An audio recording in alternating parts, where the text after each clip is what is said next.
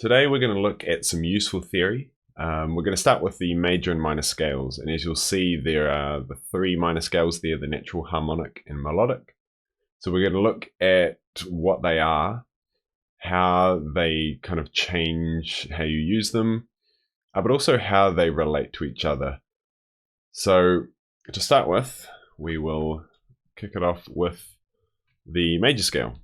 And basically it comes down to tones and semitones, having two semitones and where those semitones fall.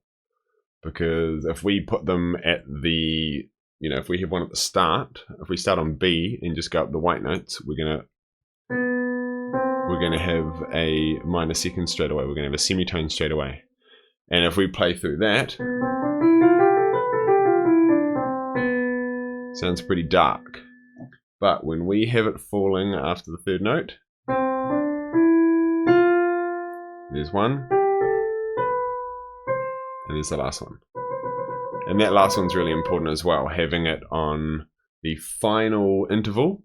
It creates that sense of tension and resolution, or the resolution.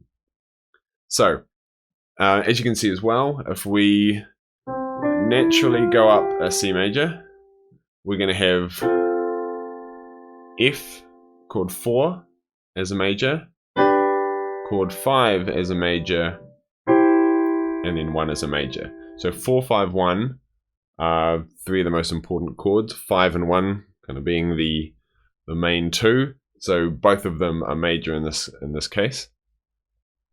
And with C major, each note or each scale degree has its own name. The important ones obviously are C in C major, which is the tonic, and G in C major, which is the dominant. And as I said with 1, 4 and 5, 4 is the subdominant. Not because it's under the dominant, which does make sense as well, but if the dominant is 5, the 5th up, the subdominant is a 5th down. Right, so if we go to the dominant key, we end up with G major. And as you go up the circle of fifths, so we go from C up a fifth to G, we add 1 sharp, and it kind of lifts the energy. Whenever you kind of change key in that direction, it kind of lifts the energy. So if you go from C, no sharps, up to G, we have 1 sharp, the F sharp there. And again, notice that it's the 7th. We need that semitone from the 7th back to the tonic, the leading note to the tonic. And again, we have the semitones falling in the same positions. Then if we go to F major, which is the subdominant key or scale degree 4, then we have a kind of relaxing of the kind of mood. So as we go up 5, we're adding sharps and it kind of increases, and here we're kind of going, and it ends up kind of relaxing the mood a bit. So it's kind of a good kind of rule to think about when you're wanting the music to change. So I want this all to be functional. So if you're composing and you're like, I really want to kind of lift, then maybe the easiest way to do it is the kind of pop music key change, where if you're in C major, then you just go up. All you've done is you're in C, and then you go up a tone, now you're in D. And as you'll notice, if I go up a tone, I'm effectively going up 2 fifths. So if I'm in C and I go to D, the same as going C up to G, 1 sharp, adding a sharp, and then up a fifth again, so I'll be adding 2 sharps. So by going from C to D, I'm just going, so I've got the 2 sharps there. Now with the minor keys, we have a natural minor. So this is just scale degree 6 of its relative major. So if we're in C major, then 6 there, 1, 2, 3, 4, 5, 6, that will be the minor, relative minor. The other way you can do it is just kind of go down 2 steps of the scale. or if you want to go down a minor third, which is the same thing, which is just 3 semitones. So whatever key you're in, if you just pick a note and you go B major, 5 sharps, if you just go, then it would be G sharp. So it's good to kind of know how they kind of relate to each other, because when you're changing key, it makes sense to kind of go to the nearby keys. So if you're in C, you might want to modulate to G, or to F, or to the relative minor. Now the thing is, if you just go from C to the relative minor, it's going to be pretty hard to tell if you've actually changed key.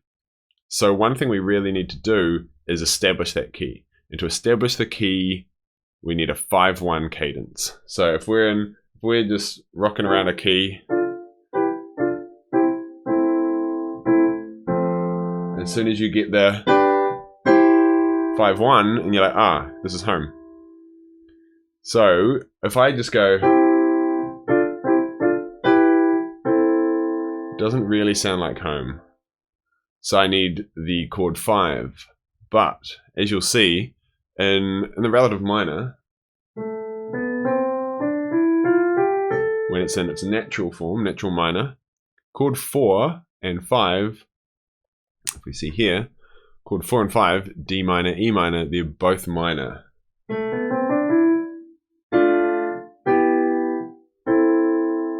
So it doesn't have the same, that bright kind of perfect cadence. So we can alter the natural minor scale to fix that problem. So when we go to the harmonic minor, we raise the 7th, just like we did when we're, with C major, the B to C is already a semitone. If we do that from G, it's a tone. So we raise the 7th, and so F sharp is the 7th of G. Then when we go to D, we've got our F sharp, and then now C to D is a tone. So the kind of the new sharp that we always add is the 7th of the new key. So in the relative minor, we have our normal, but we want to create that semitone resolution back to the tonic. So it should be G sharp A. And you'll notice that instead of just tones and semitones, because we have extended this gap to an augmented second, it should be F to G sharp, augmented second, we kind of have to make that up, so we end up with an extra semitone. So it will sound like this. And that might sound typically kind of Eastern or Middle Eastern in film music.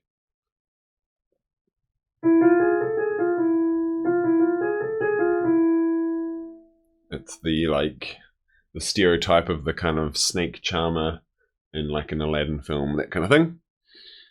And what that does, super important, is, if you imagine that as a G sharp, so the alternative enharmonic spelling, then instead of E minor, we end up raising the G. And now it's solved our problem of having a weak cadence. So now we have a perfect cadence. Now if we go to the melodic minor, we end up raising the 6th note and the 7th note. So it ends up being a kind of half a minor,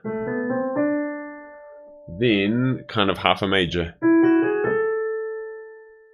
So what's called a tetrachord, the first 4 notes is minor, and then we end up with, it's annoying that it always spells it as an A flat, it should be a G sharp.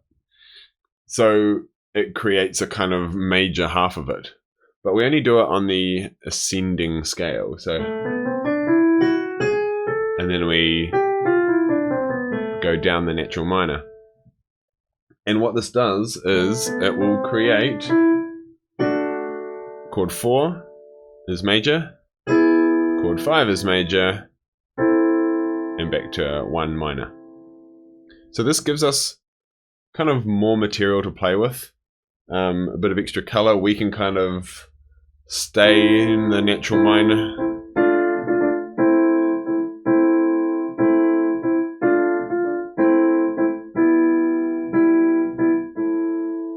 That was all in the natural minor, just chord 1s, 4 and 5, all minor, but we can go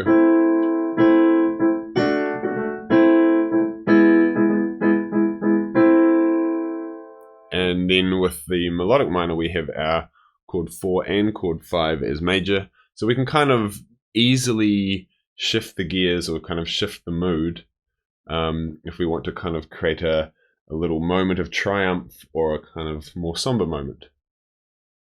So those are the major and minor keys, and it's good to think about what notes you're raising. So you raise the 7th of the key you're in to create that semitone, but that can then help you when you want to modulate, because if you're raising, say, the 6th for the melodic minor, well, that's also the 7th of G. So you might be in A minor,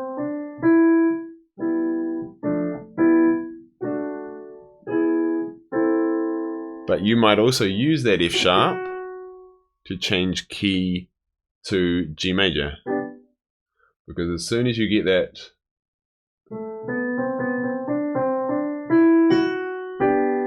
then all of a sudden, as soon as that F sharp comes in and it resolves to a G major, that G major feels like home. So if you put that with a D chord,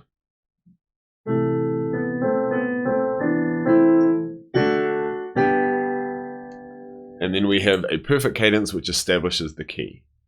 So I'll do my next video on that, which is a really, really important idea. Cheers.